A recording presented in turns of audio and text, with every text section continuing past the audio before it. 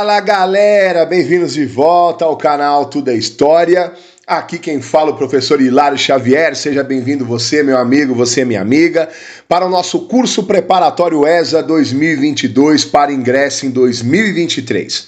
Porém, antes da aula kit completo, pessoal, na aula passada, quando a aula estava com 1.700 visualizações, apenas 500 likes, pessoal. Que isso? Se você não der uma força para esse curso poder ser recomendado pelo YouTube, vou ter que parar, galera, porque não custa nada, é dar um likezinho, compartilhar, mandar nos grupos de WhatsApp. A galera não para de ficar me pedindo aula, mas tem que colaborar com o canal Tudo é História, né, gente? Eu não vivo de YouTube.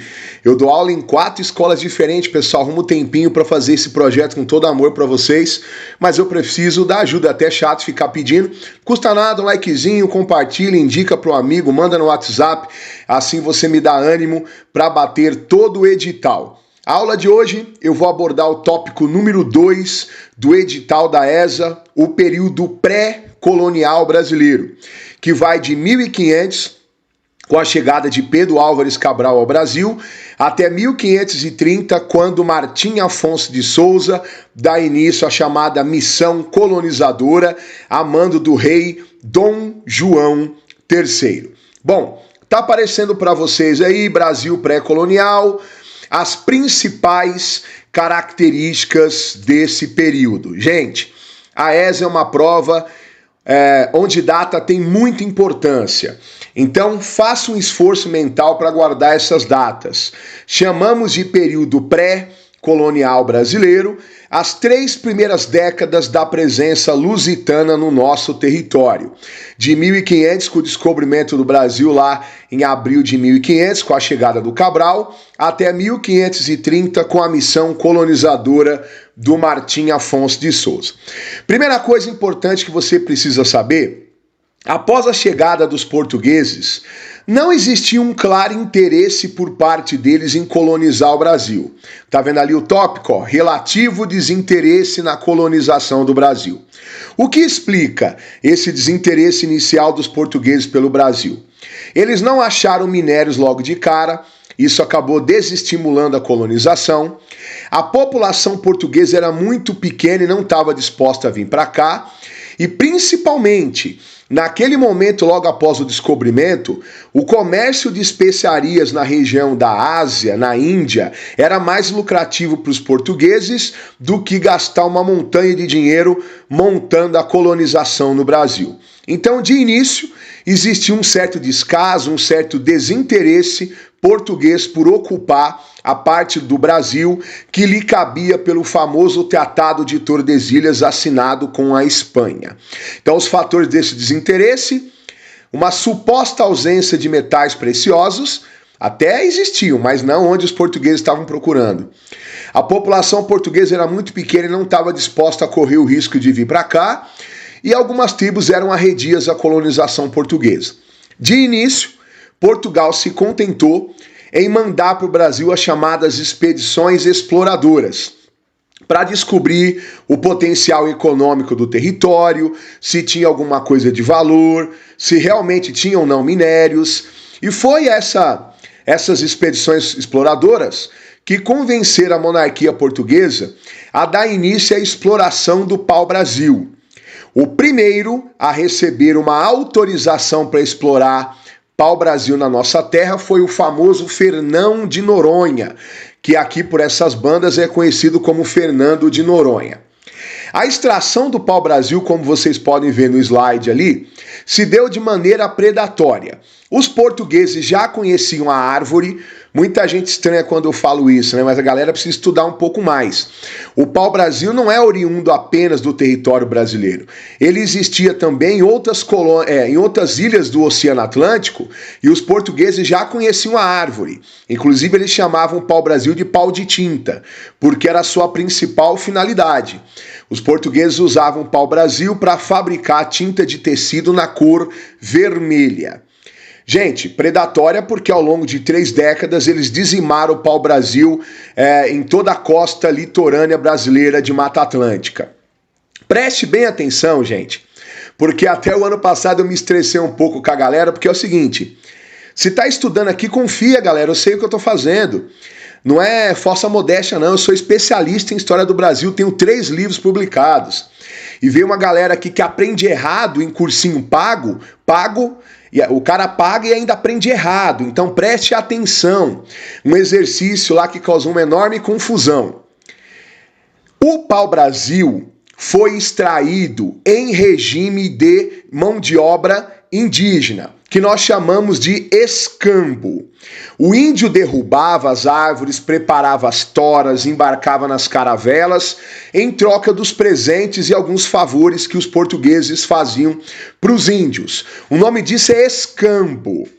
Porém, um monte de gente caiu na pegadinha, porque a ESA, há pouco tempo atrás, perguntou o nome do sistema em que o pau-brasil foi explorado. A pergunta não era sobre o tipo de mão de obra. A mão de obra foi indígena em regime de escambo. Porém, o pau-brasil foi explorado num sistema chamado estanco. Estanco, gente, era uma autorização que você precisava ter da coroa portuguesa para explorar o pau-brasil aqui no nosso território. O pau-brasil, ele era um monopólio régio. O que é monopólio régio? É a coroa que decidia quem podia ou não explorar o pau-brasil. E se você quisesse explorar, você precisava ter uma carta de estanco, que era uma autorização para explorar o pau-brasil. Teve uma galera que ficou brava comigo porque quer bater boca. Gente, quem assinalou o escambo e depois, vamos cancelar o exercício não estava errado. A pessoa aprendeu errado e depois continuou batendo o pé na teimosia. Mão de obra que extraiu o pau-brasil é indígena em regime de escambo. O índio trabalhava em troca das mercadorias que recebia como presente. Estanco é o nome do monopólio, da carta que você precisava ter da coroa, porque ela tinha um monopólio régio. Era a coroa que decidia quem podia explorar ou não. E quem recebia uma carta de estanco tinha que pagar um percentual para a coroa portuguesa, o famoso quinto. 20% do lucro ia para a coroa portuguesa. Pode ir na minha que é sucesso. Confia, tá? 20 anos de magistério na rede privada. As chamadas feitorias, como vocês podem ver ali, eram grandes galpões, grandes armazéns que os portugueses construíram ao longo da costa para abrigar a madeira, porque naquela época muito corsário e muito pirata francês, estava atacando o litoral do Brasil. E para proteger a madeira em segurança antes que ela pudesse ser enviada para a Europa, essa madeira era armazenada em feitorias, grandes galpões, armazéns ao longo da costa que servia para abrigar a madeira em segurança. Gente, um outro coleguinha me contou em off que o professor de um cursinho pago super famoso falou para os alunos que o nome do sistema que Portugal concedia o direito de explorar a madeira era feitoria. Olha o que esses caras andam ensinando e cobrando dos outros, gente. Escambo, o índio trabalhava em troca de presentes na extração do pau-brasil. Estanco era a autorização régia que você precisava ter para explorar o pau-brasil. Feitorias eram armazéns que guardavam a madeira em segurança antes do seu envio para a Europa. Tá bom? Confia na minha que é gabarito. Bom, nas minhas definições, tá? Na minha opinião, confia que é sucesso. Nesse período, muitos piratas atacavam o litoral do Brasil em busca de madeira, piratas e corsários franceses, muitos deles incentivados pelo rei Francisco I da França, que era um cara que não se conformava do fato que a América estava dividida apenas entre portugueses e espanhóis. E essa presença constante dos franceses começou a assustar as autoridades portuguesas. A primeira medida que eles tomaram, entre 1516 e 1526, por 10 anos, Portugal mandou para cá várias expedições guarda-costas. As mais famosas delas, sob o comando de Cristóvão Jacques. Lembre que a ESA é uma prova decoreba, então guardem o nome Cristóvão Jacques, que era o líder das expedições colonizadoras. Como é bom você guardar o nome Fernão de Noronha como o primeiro cara que explorou o pau-brasil. Essas expedições guarda-costas vinham para cá com a missão de patrulhar o nosso litoral e proteger contra as incursões francesas. É lógico que era muito difícil, né? Eram poucas caravelas armadas para proteger esse imenso litoral, mas foi uma tentativa de Portugal de marcar presença e proteger o litoral contra ataques dos franceses. Porém, o rei Dom João III, ele percebeu que essa medida não dava certo, que era preciso colonizar o Brasil de maneira efetiva. Então, em 1530, ele mandou para cá Martim Afonso de Souza como líder da expedição colonizadora para mapear o litoral do Brasil. E essas informações foram importantes para que o rei, posteriormente, desse início às famosas capitanias hereditárias que eu vou falar no módulo 3 do nosso curso ESA.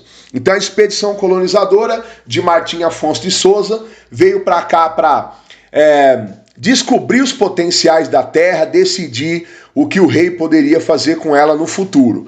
Uma das principais coisas que o Martim Afonso de Souza fez nessa época foi fundar a Vila de São Vicente no litoral de São Paulo. Beleza, coleguinhas? Olha aí, vamos para os exercícios para fixar o que você aprendeu na aula. No início da colonização portuguesa no Brasil, no chamado período pré-colonial, foi marcado pela, olha aí pessoal, leia as alternativas, essa é bem facinho, hein? A resposta correta é a A. Olha lá, ó, envio de expedições exploratórias, sim, o rei mandou lá no início do Brasil pré-colonial expedições para visitar o território e descobrir o potencial de exploração. E nessa época, a primeira atividade econômica foi o escambo do pau-brasil. A coroa portuguesa estabeleceu contato com os índios que exploravam o pau-brasil, sob regime de trabalho de escambo, e quem veio para cá explorar tinha que ter uma carta real chamada estanco. Não vai confundir. Resposta alternativa A. Vamos lá. Olha aí, ó. Olha o bendito exercício que foi a fonte da discórdia. As primeiras atividades econômicas na América Portuguesa, por parte do governo, concentraram-se na extração de pau-brasil, dentro do regime de... Gente, a resposta é estanco. Não está perguntando aqui qual foi a forma de trabalho. Eu até entendo que eles poderiam ser mais claros no enunciado. Eles não estavam perguntando aqui qual foi a forma de trabalho utilizada na extração do pau-brasil. Está perguntando, por parte do governo, eles se concentraram na exploração do pau-brasil dentro do regime de estanco. Ou seja, quer dizer, não foi a coroa portuguesa que veio para cá explorar o pau-brasil. Ela concedeu esse direito através de cartas de estanco. Então é D de dado sem sombra de dúvidas. Vamos lá. Próximo exercício, também da ESA. Você vê que é bastante recorrente esse período aí. No tocante às primeiras atividades econômicas desenvolvidas pelos portugueses na colônia do Brasil, entre os anos de 1501 a 1530, é correto afirmar que se destacaram como atividades principais, olha lá, gente, até por eliminação, Ouro é só no século XVII. Os índios não foram escravizados para valer no Brasil, então não pode ser a B. Os índios foram escravizados em situações bem esporádicas. Drogas do sertão é posterior, já com a chegada dos jesuítas aqui. A letra E, pelo amor de Deus, gente, café na época do Brasil Império. Então só sobra D de dado. A extração e comercialização do pau-brasil. O pau-brasil era a grande atividade econômica do período pré-colonial. Vamos lá, mais uma. A partir de 1530, em consequência da redução dos lucros no comércio com o Oriente e o temor de perder o Brasil, Portugal decidiu colonizar a nova terra. Para dar início a esse projeto, organizou uma expedição colonizadora, que em 1532 fundou São Vicente, a primeira vila do Brasil, no atual litoral paulista. Tudo isso aí que está no enunciado, pessoal, vocês aprenderam na aula de hoje. Sobre o início da colonização portuguesa no Brasil e a expedição citada no texto, podemos afirmar ter sido comandada por... Olha aí, gente, a ESA é uma prova decoreba, é a quinta vez que eu falo. A resposta correta é C, Martim Afonso de Souza, foi o cara que liderou as expedições colonizadoras. Beleza, pessoal? Encerrado mais uma aula bacana aqui do canal Tudo é História, compartilha, nos ajude, por favor, a chegar a um número maior de lares. Pessoal, deixa eu responder uma coisa geral aqui, porque assim eu já tiro uma dúvida e a gente já resolve uma questão, tá? Pessoal, não me leve a mal, mas o e-mail que eu coloco aqui embaixo é o e-mail de contatos profissionais, de pessoas que querem contratar o meu trampo para gravar aula, para uma série de coisas. Eu não respondo dúvidas por esse e-mail, tá bom? Não estou querendo ser deselegante, mas é um e-mail para contatos profissionais. Eu já falei em várias aulas minhas aí dos outros cursos ESA que eu não mando materiais por e-mail, pessoal. Porque se eu fizer isso eu não tenho mais vida. Aí eu sou obrigado, se eu mando para um, tenho que mandar para todo mundo. Então eu não disponibilizo PDF, nem slide, tá bom? Não me leve a mal, pessoal. Eu dou aula em 4 escolas diferentes. Eu gravo isso aqui às vezes de madrugada. Eu não tenho tempo para ficar na frente de um computador mandando material. Se você quiser material extra, eu já postei muita coisa no Passei Direto. passeidireto.com.br, tá bom? Então entra lá, se cadastra, segue o perfil do canal Tudo é História, tem muito material meu da ESA lá no Passei Direto, tá bom? Não me leve a mal, mas é a questão, eu não vivo de YouTube, pessoal, isso aqui é um trabalhinho para ajudar vocês aí, né? Quando eu não tô dando aula, eu tô corrigindo prova, tá bom? É o que eu posso oferecer no momento com todo o coração, são as aulas para vocês aí. Um abraço e até a próxima aula.